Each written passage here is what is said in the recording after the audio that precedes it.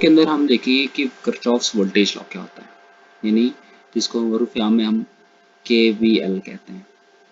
Kirchhoff's voltage law जो है वो एक सर्किट का लॉ है जो हमें बताता है कि हमारे पास एक क्लोज सर्किट है। क्लोज सर्किट का मतलब सर्किट जिसके जहाँ से हम वापस जो करंट का पाथ जो है, जिसका सिंगल पाथ हो, और वहीं पे हम लेट से यहाँ से हम शुरू हुए हैं और यहाँ पे हम वापस आ सकें, तो हम इसे कहेंगे कि हम एक क्लोज सर्किट में हैं। तो अगर हमारे पास ये सर्किट है तो वो कहता है, जैसे कि आपको पता है कि सीरीज सर्किट जो है वो एक वोल्टेज डिवाइडर सर्किट है। तो अगर आप किसी भी क्लोज लूप के अंदर के जितने भी वोल्टेजेस हैं उन सब का सम ले लें, ठीक है, तो वो कहता है कि वो जो है ज़ीरो के बराबर होगा। तो अगर हम यहाँ से देखें तो इसका मतलब ये होगा कि Vs, और अब बाकी जो है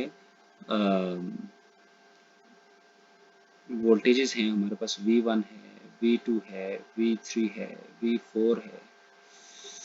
तो इन सब का अगर हम सम ले लें तो ये जो है अलजेब्रिक सम, तो ये ज़ीरो के इक्वल आएगा। लेकिन अब अगर हम वैसे देखें तो अगर उसका सम लेंगे तो ये ज़ीरो के बराबर नहीं आएगा। तो दैट मीन्स कि हमें इनके पोलैरिटी के हिसाब से इनको सम करना है। तो पोलैरिटी क्या होगी, लेट्स से हमारे पास ये पॉजिटिव है और ये नेगेटिव है, जो कि हमें बैटरी का ऑलरेडी पता है कि वो पॉजिटिव होता है। अब हमें पता है कि करंट की डायरेक्शन इस तरफ है।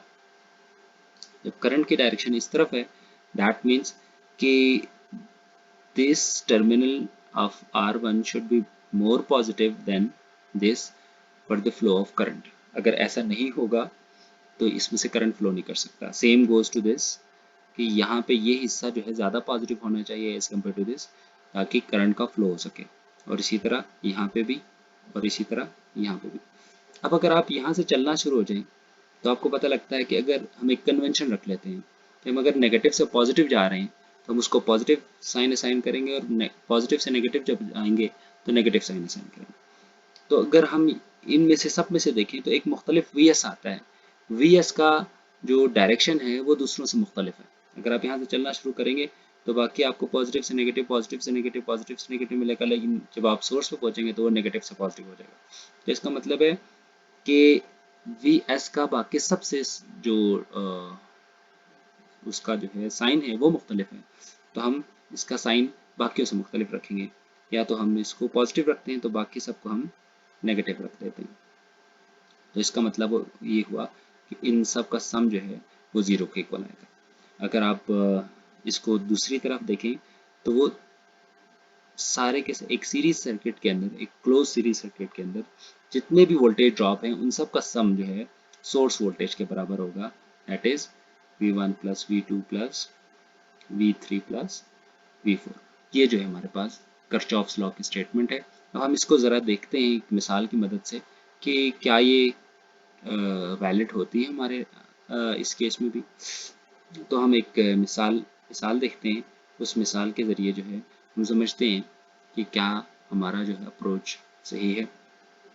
तो हम एक सिंपल सा मिसाल लेते हैं। Vs है हमारे पास, और let's say this is 20 volt, और R1 है 100 ओहम का, और R2 है 300 ओहम। ठीक है जी। अब हम अगर करंट को देखें तो करंट हमें मालूम करना पड़ेगा। अगर हम करंट मालूम कर लें तो हमें R टोटल जो है वो हमें पता है R1 प्लस R2 होता है। तो इसका मतलब ये होगा कि R1 plus R2 is 400 ohm.